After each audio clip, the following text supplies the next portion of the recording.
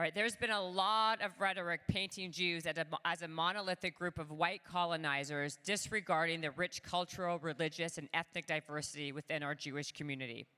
Here to lead our next panel on Jewish diversity is David Kaufman. David Kaufman is a New York Post columnist and news features editor, along with Jewish advocate and educator Amy Albertson, Chief Program Officer for Moishe House, Tiffany Harris, and Chief Program Officer for Moishe House, am I saying that correctly? Moishe House, Ingrid Jean-Baptiste. Do you guys want to come up on the stage? Because the floor is yours now. Thank you.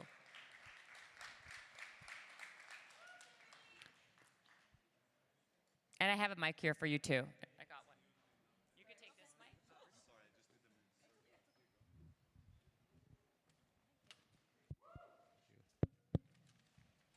Hello.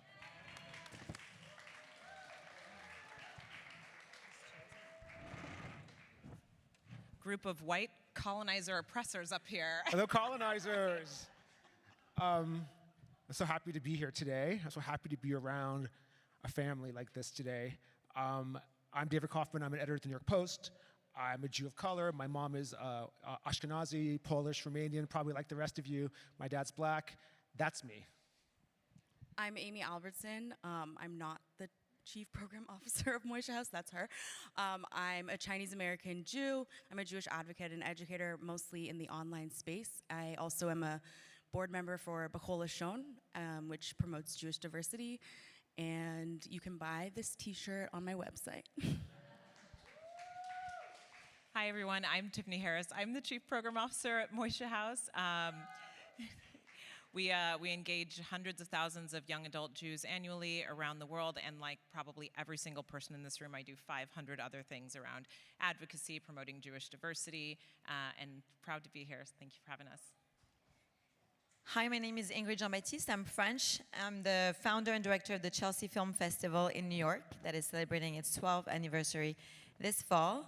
And I just want to share one little thing that's very important. October 7th happened a week, our festival happened a week after October 7th last year. And on opening night, we had the honor of having a filmmaker from Israel that spoke in front of 400 people at opening night, in front of the Manhattan Borough President's office, and also the mayor's office of New York City. And so that's what we do at the Chelsea Film Festival. We amplify Israeli voices. I wanted to just sort of begin by us, all four of us, sort of saying who we are and why we're here, because I think all of us share the experience that when we come into a room like this, we're different. People are often very curious about who we are, how we got here, why we're here. And I think there's a lot of freedom in just sort of putting it out there, who we are. That sort of ties into my first question. There is this narrative that Jews are white. All of us are not white. When you hear this phrase, Jews are white, I mean, when I hear it, my blood boils. How does it make each of you feel? Amy, how do you feel when you hear that phrase, Jews are white? It just confirms what I have come to learn, which is that most non-Jews don't know anything about the Jewish people. When you think about it, as many have said on this stage already, there are so few Jews on this earth. Most non-Jews have never met a Jew, or they don't know that they've met a Jew. And yes, we see the white presenting Jews that we've seen on TV and all of these kinds of things, but that's obviously not an accurate thing. As you can see here and also in the room today, there are plenty of Jews who do not have white skin. I also really don't like this concept because it takes what is mostly an American racial construct of skin-based racism and tries to apply it to an ancient people, which is the Jewish people, who we just cannot be put in that box. And they're always trying to put us in all of these different boxes, and unfortunately for them, the racial box simply does not work. Can I add one thing to that? I think even outside of this like really simplistic racial construct that people try to put the Jewish community in, which falls apart even under a minimal amount of scrutiny, white has become a stand-in for privilege and, you know, socioeconomic privilege and power, which is also categorically false when applied to the Jewish community. We're diverse in every sense of the word. And I would say, because I forgot to add in the beginning part, I'm always curious about people's Jewish backgrounds as well. My mom's Hungarian-American, Ashkenazi Jewish, and then my dad is from Birmingham, Alabama. They met working in the civil rights movement. He was born in the Jim Crow South, so like many on this stage and in this room have very dual identities. But I would say when I hear, Jews are all white colonized oppressors, which we hear a lot, I also hear Uncle Tom now these days as well. It's just so categorically false that it's almost comical, but it renders us and our stories and many in this room and the vast amount of Jewish diversity invisible, and our contributions to the Jewish landscape invisible. So in that sense, it's also very sad. I see you. Thank you. When I hear this, I feel insulted.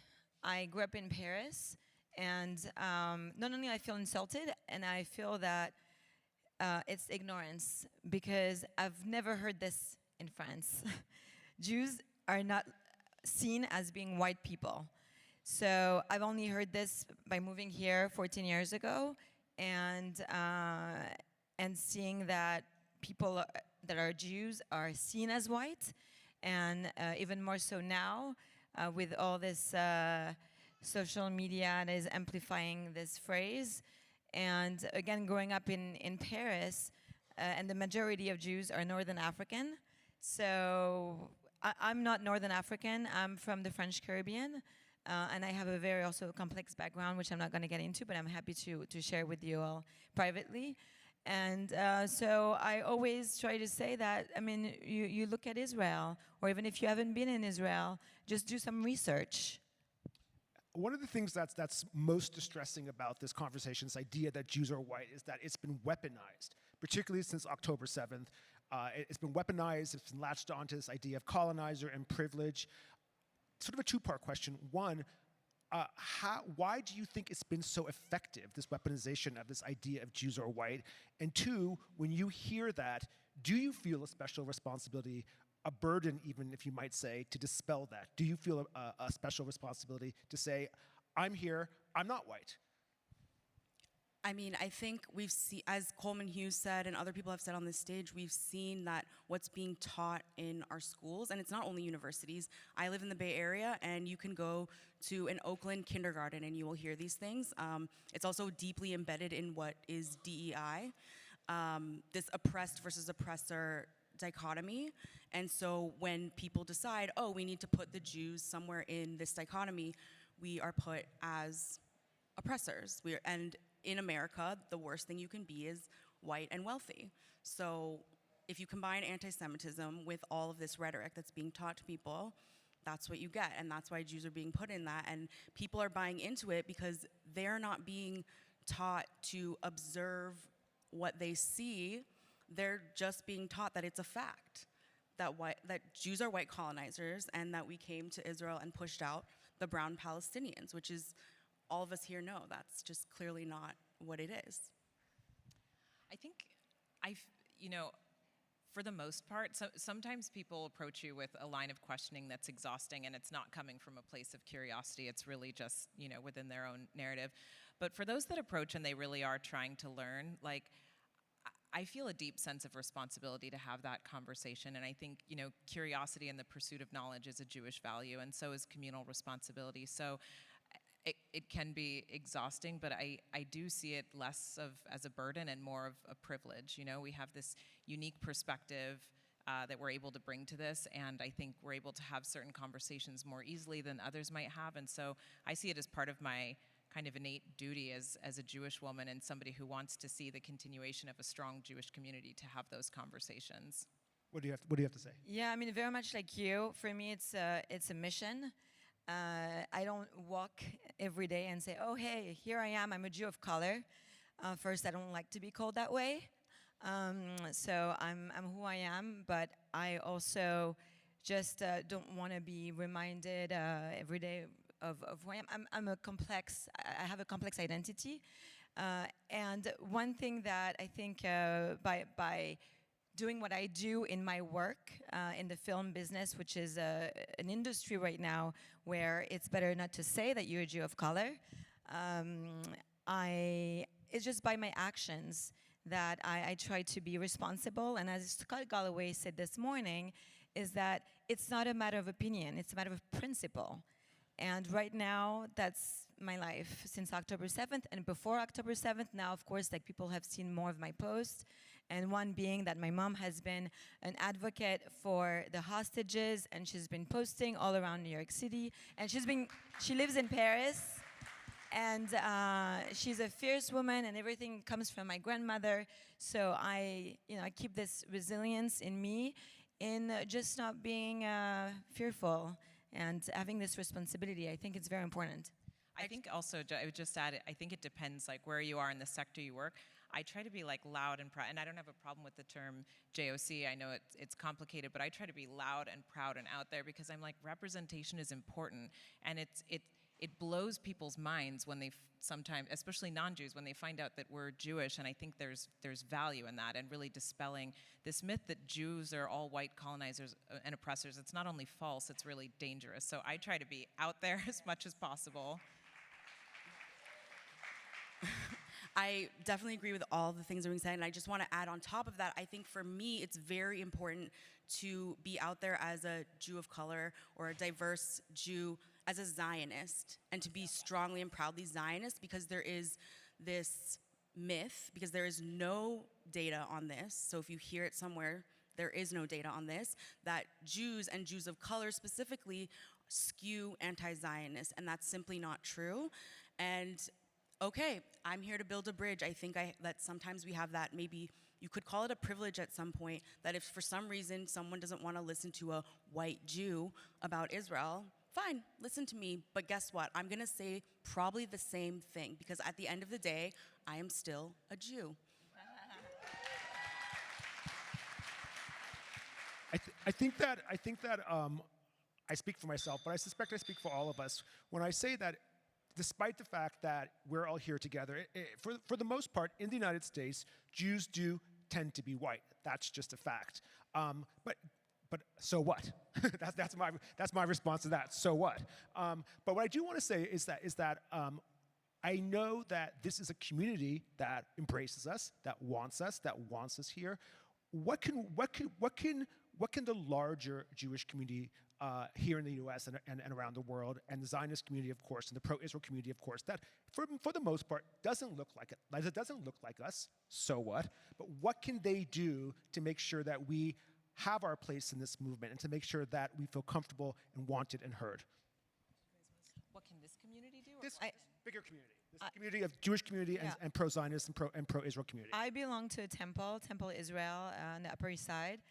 And they've been amazing, the whole community. Before October 7th, of course, after, they invited me to speak. Actually, no, it was before October 7th. It was during the pandemic. They invited me to speak, and they did a Jews of color panel during the pandemic. They were missing some content, I guess. They needed something to talk about, and they created this panel talking about Jews of color. So I think that the community can do, a lot, and this amplifies our voices. I've experienced such a warm embrace from the Jewish communities to which I belong, particularly in the United States and in Israel. I live part of my time in Switzerland. It's a little bit of a different story there. There's not as much visible Jewish diversity, but again, out there trying to change the narrative. I think for this group, it's sort of like, be vocal about if there are ways that we can also step up and help, or conversations that we can have, or places where we can help advise, and vice versa, and to keep this showing up. And I think that's one of the biggest values of this conference, is this group meeting each other and strategizing ways that we can really bring all of this work forward. So be vocal about, places that we can or should be in, or any guidance we can provide, and likewise. I'll say two things, because I have a million things, and if you want to talk about it later, you can ask me privately, but two important things are, one is, as much as I love having a Jews of color and diversity panel, at the end of the day, like I said, we're still just Jews, so don't only include diverse Jews on diversity panels. Include us on all panels. I'm an influencer like everyone else in this room, and I want to be asked about my influencing, not only in the context of being Chinese American. I am definitely 100% more than happy to speak about my experience as a Chinese American Jew specifically, but also I want to just talk as a Jew like every one of you.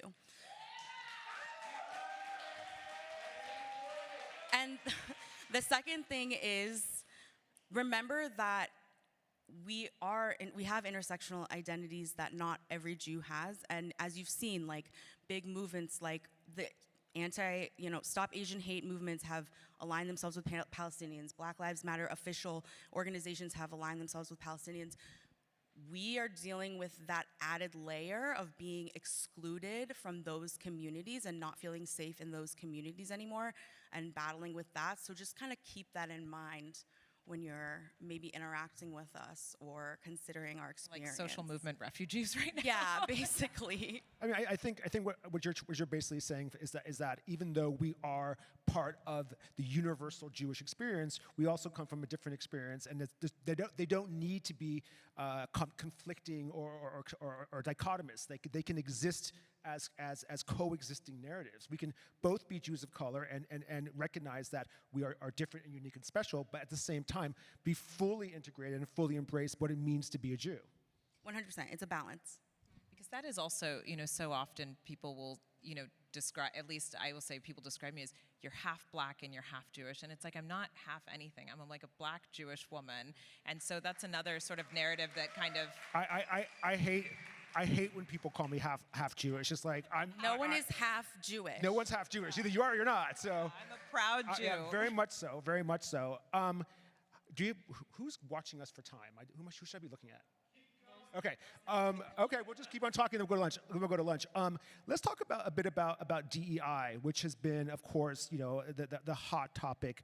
I mean, I don't support the ending of DEI. I think DEI has a place in the culture today, but I do think DEI has a lot of work to do. DEI needs to be completely reformed, and the biggest original sin, in my opinion, of DEI is DEI forgot about the Jews. And look where we are today. We are in the most need of it of any community in the world. We are right now in the United States experiencing the most discrimination, the most violence, the most hostility, and DEI forgot us.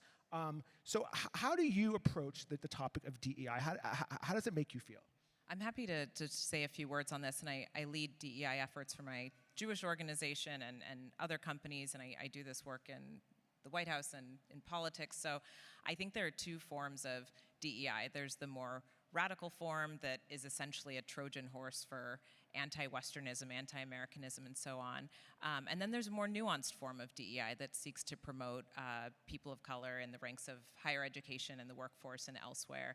And I think the Jewish community has every right to be critical of the more extreme form of DEI that, proposes this narrative that Jews are all white colonizer oppressors and so on and so forth.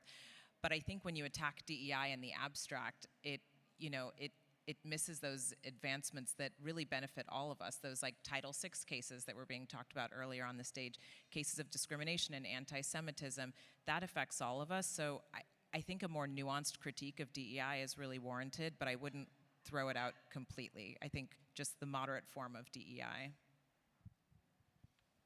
Well, through the work I do with the Chelsea Film Festival,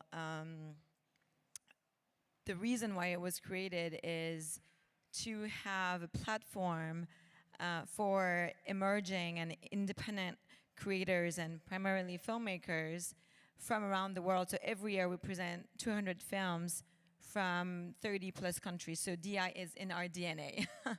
And it's not something that we fight in our everyday life, because it's just also in the fabric of independent film, unfortunately, because there is less access to funding.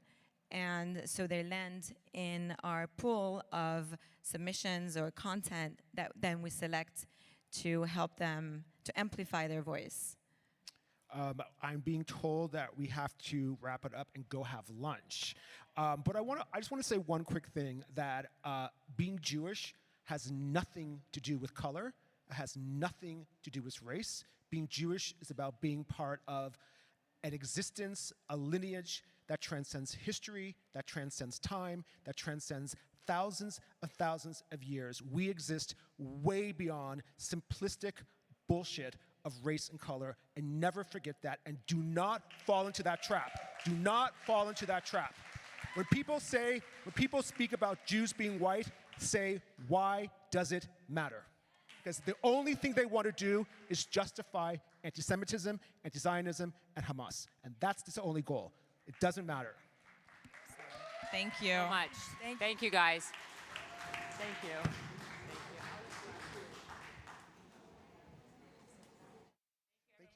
Have lunch now in the